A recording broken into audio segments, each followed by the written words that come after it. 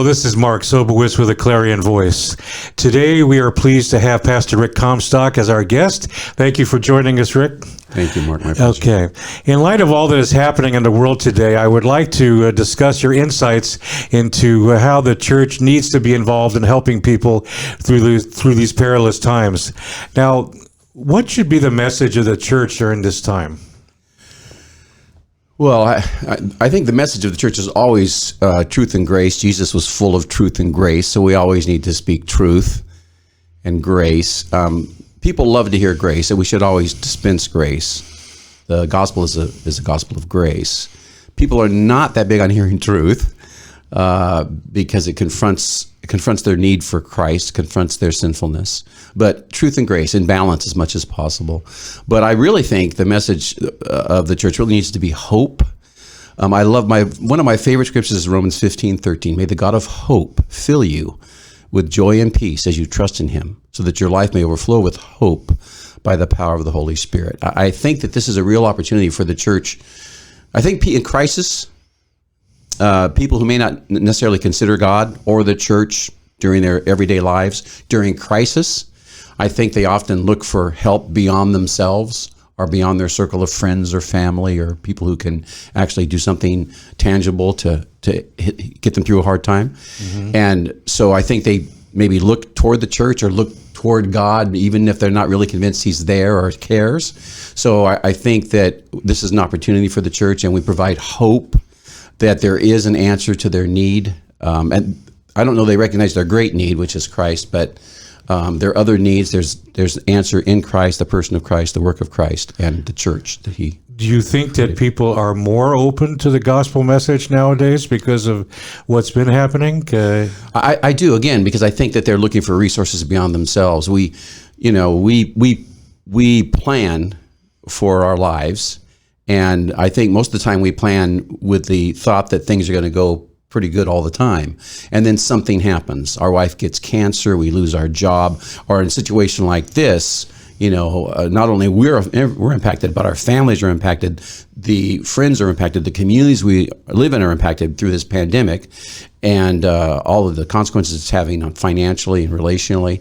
And so I think that we're thinking, this is bigger than me, this is bigger than my friends or family. Maybe I should involve God or seek out God or so. So I believe, yes, that people are more likely to think about spiritual realities. So how has the pandemic affected, the ministry of the local church? Well, obviously, I'm not pastoring a church anymore, but I'm still involved in the church. Right. And first of all, I think it's impacted the church just the way it's impacted every other aspect of our communities, especially small businesses or large businesses, and that is financially. It's impacted the church. People are not working as much. People haven't got as much income. Businesses are down, struggling, and so that translates into giving in the church. And so obviously the church doesn't have the resources it normally does to do what it does, and that is, I think so. I think it impacted the church financially, but I also think it's impacted the church in terms of the extent of its ministries, what it can do. As you're probably well aware, there are a number of churches in our community who do incredible work in terms of feeding people. Every week, hundreds and hundreds and hundreds and hundreds of people in this community are fed through several local churches here that provide food for families and provide meals for families. And then, of course, they also do an incredible work toward the homeless community in our city. And so that is impacted. What the church is able to do because of fewer resources, it impacts those kinds of ministries, those tangible ministries that really help lift people from their situation into a better situation. So I think that's one of the ways. But the greater impact, I think, is relationally. And I think across the board in our country, I think that's the greatest impact that we're having is relationally, that we're wired for relationship. First of all, with God, then with each other. And we have that in a way where we can be with each other face to face. We can hug, we can touch. I read many years ago that we need 12 hugs a day to remain emotionally healthy. And those can be words of affirmation, actually physical touch, a pat on the back, a handshake, a smile, right? Well, we're not getting that now, because most of those come in direct contact and conversation with other people. And now, because of the COVID and the social distancing and the mask wearing, all of those things which are necessary and good, we're not getting that. And that's a great toll on us. The church, from this very inception, in Acts and in Acts, when the church got together, that was the strength of the church. It's community. It ministered to one another in community, and then out of that community ministered to the larger city and the larger people groups around them. And then Hebrews 10:25 says, "Do not forsake the assembling of yourselves together, as is the habit of some." And especially get together more often as you see the day of the Lord approaching. And so, I don't know that people are forsaking this. It's almost a mandatory thing. We can't gather in churches the way we used to. That's opening up. So I think financially, but even to a greater toll, emotionally, relationally, it's affected people. It's affected the local church. There have been some issues that have been brought up about actually worshiping and singing within the church or outside. Now, do you think that the church is being restricted or harassed, in its ability to worship? Do I think that? I guess maybe I'd like to rephrase the question: is the church being singled out in terms of its its function? The function of the church is corporate worship. The function of the church is worship of God, and part of our corporate worship, obviously, is singing. I mean, we sing because we have a song. That's a big difference. Yeah. Some people, they know a song and they sing it. We have a song. The joy of the Lord is our strength. God sings over us. We have a song, so we sing that song. And we sing that song of praise and worship to God, right?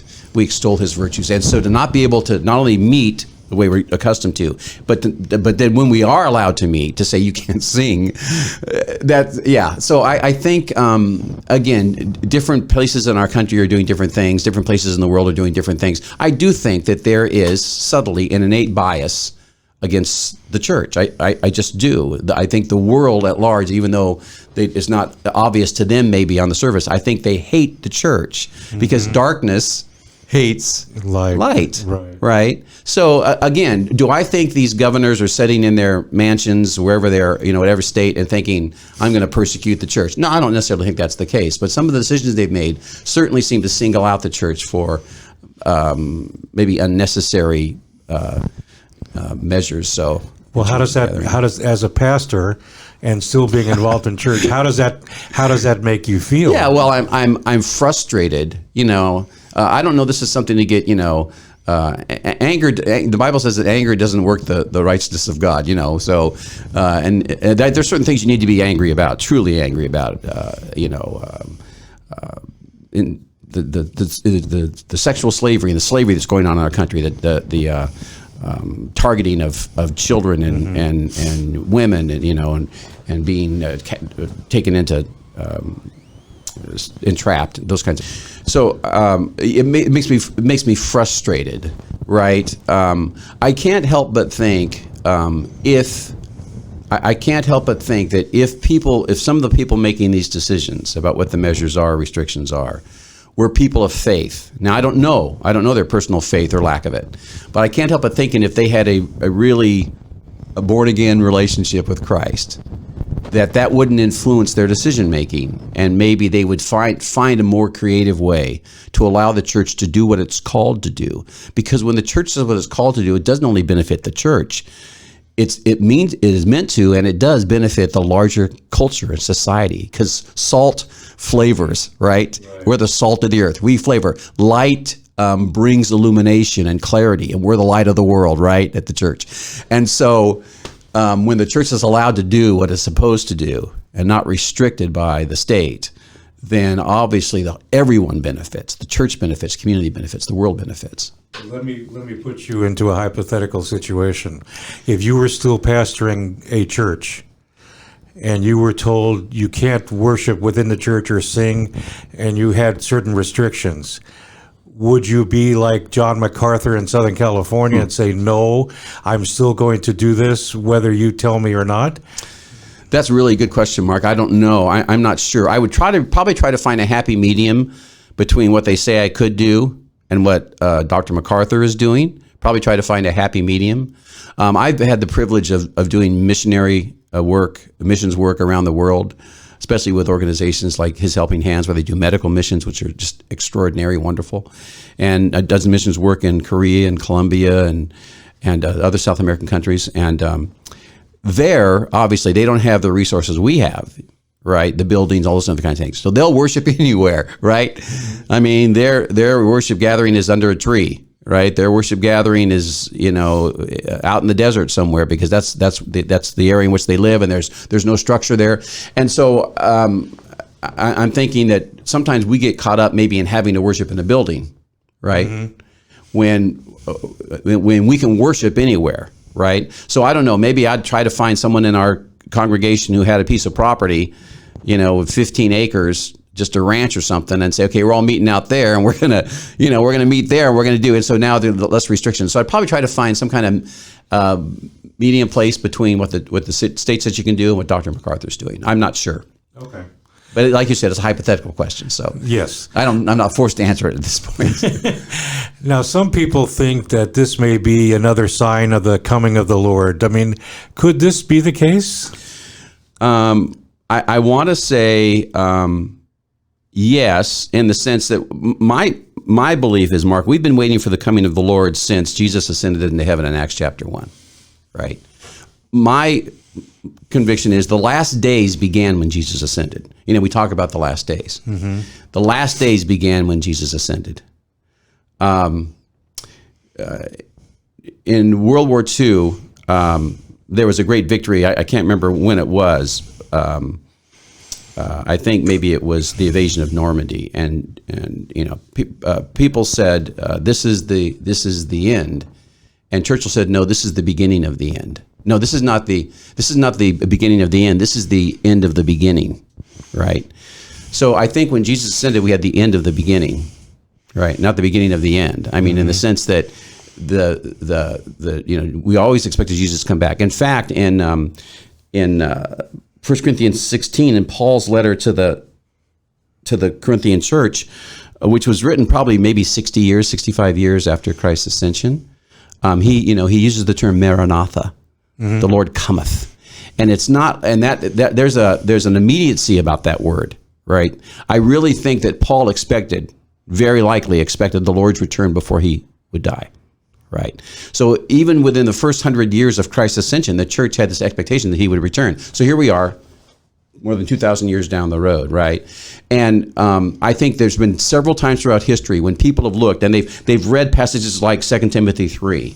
In the last days, there'll be terrible times. People will be lovers of themselves, lovers of money, boastful, proud, abusive, ungrateful, unholy, disobedient to parents, without love, unforgiving, slanderous, without self-control. They read that, and then they read what Jesus said in Matthew 26. And when the disciples said, "What are going to be the signs of your coming?" and he said, people are going to deceive you. They're going to come in my name and say that I'm Christ. You're going to hear of wars and rumors of wars. Nation's going to rise against nation. So the thing is, they see that, and then now on top of that, right, they see COVID and they think, well, this is it. In my belief, all of the prophecies, anything that would maybe delay Jesus' return for his people, have all been fulfilled, right? And so with the prophecies, as it were, out of the way in terms of, Israel being restored to this nation, all those different kinds of things. And you read these and you look around the world and you see that people indeed are all of these kinds of things, unloving, ungrateful, disobedient, right? And you see nations against nations. There's always wars going on, right? And you're thinking, oh, this must be the time. And yet, in the 1300s, the Black Plague arrived, devastated Asia, devastated Europe. They say between 75 million and 200 million people died. I guarantee you in the Middle Ages, when the Black Plague came in the 1300s, people thought this is the end. Christ is coming. In World War I, called the Great War, the war to end all wars, as many as 30 million people died. And people looked around, they saw the war, and they saw everything. And they're reading the scriptures, and believers are saying, this is the end. So we look around now, and we see all of these things that have taken place. We know the prophecies are fulfilled, and we're thinking, this is the end. Could it be? Absolutely yes. Is it? We don't know. That's why, Paul said in Romans 13:11, the hour has already come for you to wake up from your slumber, because our salvation is nearer now than when we first believed. That's the key, Mark. I believed in September 27th, 1970.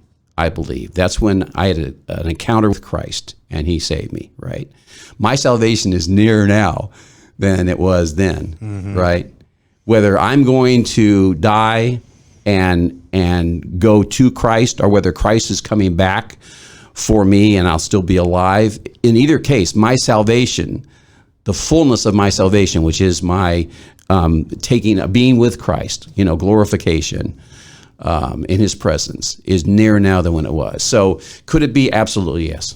Absolutely. Is it? I don't know. I just know that His return is closer now than it was yesterday. And should we get through today, it'll be closer. I mean, any moment. And I just think that's why the church and people, we just need to live in the moment in our relationship with Jesus. Thank you, Pastor Rick, for being with us today. And that's a clarion voice.